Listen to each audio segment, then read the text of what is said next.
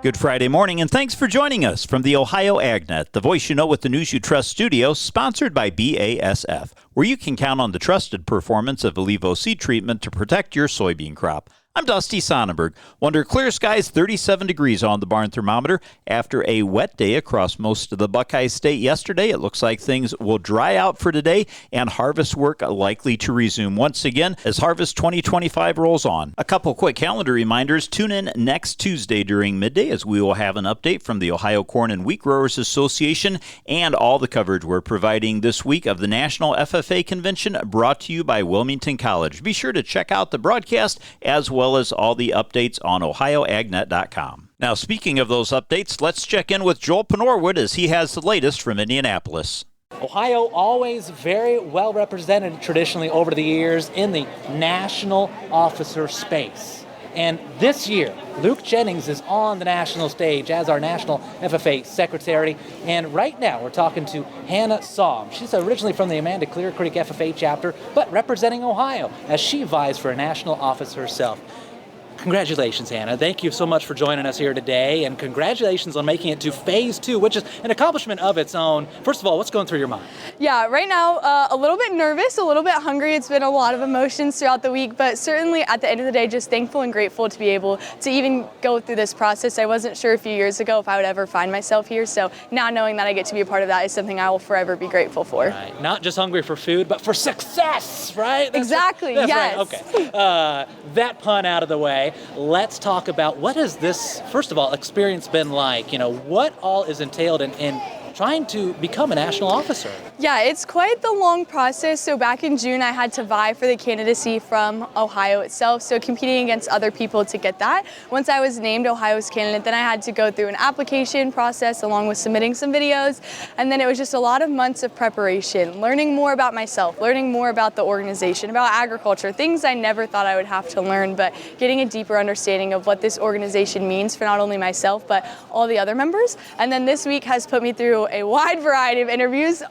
personal interviews, media rounds, stakeholder engagement, today getting to work with members, so lots of incredible opportunities throughout the past few months. No matter what happens, Hannah, congratulations to you, and we thank you for your work you put in. Thank you, Joel.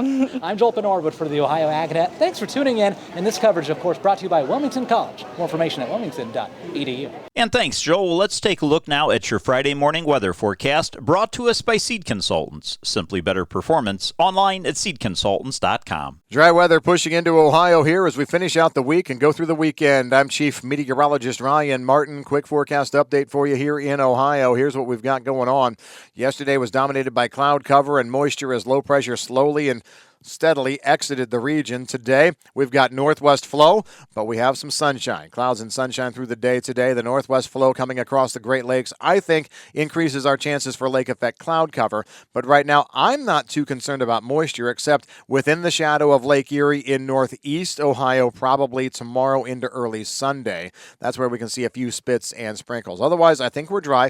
We're just cool through the weekend, but don't think of it as being cold because we're barely going to be getting down to where we normally should be this time of year. The bigger story, I think, is a huge warm-up on the way for next week. A warm front comes through Monday morning to midday. You might see a little bit of precipitation trying to pop up in that warm frontal passage near Lake Erie and up into southern Ontario, but the rest of us should turn out partly to mostly sunny, but we will be breezy again, as if you haven't had enough of that over the past few days. This time, the breezes to start next week are going to be southwest, and that will bring warming air through the rest of the week. We are dry Monday afternoon, right on through Friday afternoon, early Saturday. When we get into the 8th, we're probably going to be dealing with a few hit-and-miss scattered showers for that day. Coverage around 75% of the Buckeye State. Following that up with cooler air for Sunday the 9th, maybe a few hit-and-miss scattered showers in that, only 30%. And then we go right back to very warm, very dry to start the week of the 10th. I'm Chief Meteorologist Ryan Martin. Thanks, Ryan. Let's check in now with Ty Higgins as he has an update on soybean cyst nematode management. If your yields seem a little off in your soybean fields in particular areas, it might be because of soybean cyst nematode, and now is the perfect time to test for SCN. Jeremiah Mullick is product manager for seed treatment with BASF. I think SCN is continually going to be one of those key challenges that growers are facing, dealing over $1.5 billion of revenue of yield. In our BASF sampling, the last few years, we've had over 6,000 plus samples, and we've detected SCN in over 80% of those fields. So really, this problem is widespread and abundant, but often that yield loss is invisible. So I think this is a great time for growers to take action and really proactively build a plan for the 2026 season that includes all the tools available to protect yield from SCN, including native traits, crop rotations, and a seed treatment like Alivo that really adds that early season protection from those SCN juveniles. With the current economics of agriculture, farmers are looking for a better return on investment when it comes to input costs.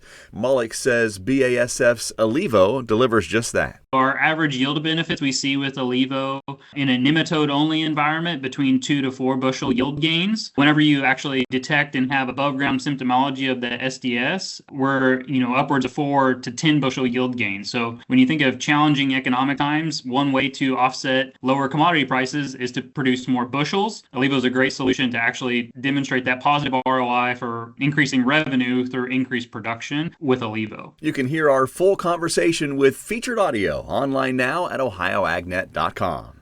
I'm Ty Higgins reporting. Thanks, Ty. Stay tuned. We'll be back with more after this. Get the equipment and trucks you need at the Ritchie Brothers' next Great Lakes Regional event on November 12th and 13th. This absolute unreserved auction will feature online bidding, and items are located in Columbus, Chicago, and Detroit. Choose from close to 3,000 items, including a wide selection of construction equipment, semi-trucks, and more. Don't miss Ritchie Brothers' Great Lakes Regional event on November 12th and 13th. For more details, visit rbauction.com. Again, that's rbauction.com. For farmers, it can be a challenge to navigate life from time to time, and agriculture can magnify those moments. Hi, I am Nathan Brown, a Highland County farmer and a member of the Ohio Farm Bureau Board of Trustees. Farmers, you are not alone. Help is available if you're dealing with stresses of farming. If you or someone you know is struggling with stress, text 4HOPE to 741-741 or visit go.osu.edu/agcrisis. A message from the Ohio Farm Bureau Federation. Joining me today is Mackenzie Joseph. Mackenzie is a communications coordinator with the Ohio Soybean Council. Mackenzie, Ohio Soy believes very strongly, I know, in investing in the next generation, and one way that that's done is through scholarship opportunities. It's hard to believe it's that time of year again, but it always rolls around. What are some of those opportunities that folks can take a look at through Ohio Soy? Yeah, thanks for having me on, Dusty. So both the Council and the Ohio Soybean Association are happy to offer scholarships this year. Starting off with the Council, we're offering $47,000 this year in scholarships, and that's comprised of both undergraduate and graduate scholarships. That includes 7 undergraduate scholarships of $3,000, one $3,000 Robinson Joslin Scholarship, the $5,000 Bema Vapor Engine Scholarship, and then this year we're excited to announce a new scholarship in honor of Thomas Fontana, who is retiring at the end of this year. Tom is our Research and Education Director, so we decided to establish a $3,000 scholarship in his name specifically to a student studying Ag Ed. So we're happy to recognize those students. And then our graduate students, we have 3 $5,000 scholarships available for them, studying anything related to agriculture with their research. Very nice. And as we all know, the cost of college continues to increase. These are nice awards. $3,000 can really go a long way to helping make a difference in offsetting those costs. Yeah. So, and then on the association side, we are happy to announce we have 2 $1,000 scholarships available. But what's different about those scholarships this year is that they are now available to high school seniors who are going to be with an intent to enroll in college. Previously, we did not have that available on the association side or the council side. So we're happy that this year we're opening that up to high school seniors who are planning to enroll and study agriculture as they're planning to enter college. Outstanding. Where can students or parents that are interested in learning more go to get the applications and learn more about what's required? Yeah, all of those applications can be found on our website, soyohio.org. That's both on the council and the association side, and they can find the application links and more about how they can apply and what is required of students. And what are we looking at as far as the deadline? Yeah, all of those scholarships close at midnight on January 16th, 2026, and they are open now. All right, so a little bit of time to get that done, but once the holidays hit, things go fast, so a great time to get a start. Again, my guest today is Mackenzie Joseph. She's Communications Coordinator with the Ohio Soybean Council. Mackenzie, thanks so much for your time. Stay tuned. We'll be back to take a look at your markets after this. Attention construction pros. Purple Wave Auction brings quality equipment to your fingertips. Join our bi-weekly online auctions featuring dozers, excavators, loaders, and more. We provide detailed listings, photos, and seller contact info. Inspect online or in person. With our no reserve policy, every item sells to the highest bidder. Visit purplewave.com today and see why informed builders choose Purple Wave. Transparent processes, real deals, your next great purchase awaits. purplewave.com. Those long days in a tractor cab can really put a cramp in your body. So while refueling or refilling your equipment, walk around the tractor a few times or do a few head-to-toe stretching exercises. When fatigue does set in, that's when injuries and mistakes happen. Know when it's time to take a break and recharge. Let's make sure everyone gets home safe and sound. This message from the Ohio AgNet, OSU Extension, Ag Safety and Health Team, and this station. It's time now for today's market analysis, brought to you by the Louis Dreyfus Company. Excited to be building the newest state-of-the-art soybean crush facility in Upper Sandusky, Ohio. Call 574-566-2113 for information on soybean marketing to LDC. Grain markets finished the Thursday session mixed overall. Corn and wheat traded a little bit lower. Beans were higher. Now, it was a choppy day beginning to end. In the overnight period, all markets were down. Beans down double digits. Then, as everybody woke up and started to stir and some of the words came out about the Trump-Xi meeting, the markets got excited. Everything was up big, double-digit gains in soybeans. Then, after the euphoria wore off, we were back down on everything. Beans were the most choppy, but everything traded down for a time, and then heading the midday, right back up, and we closed the day out 8 to 14 higher on the soybeans. Corn down about 1 to 4 cents, and the wheat markets finished the day down anywhere from 3 to 9, almost 10 cents, depending on whether you're looking at Chicago or Kansas City. All that we can do is sum it up and say, hey, the market is very interested in the China trade results. Here's what we know. China has committed to buy 12 million metric tons. For those of you keeping track at home, let's put it into bushels, 441 million bushels, and that is this year. So by the end of January, they're going to get these purchases on. Now, there was some talk through the day yesterday about whether or not the U.S. actually is able to physically execute on that. In other words, can we get it shipped?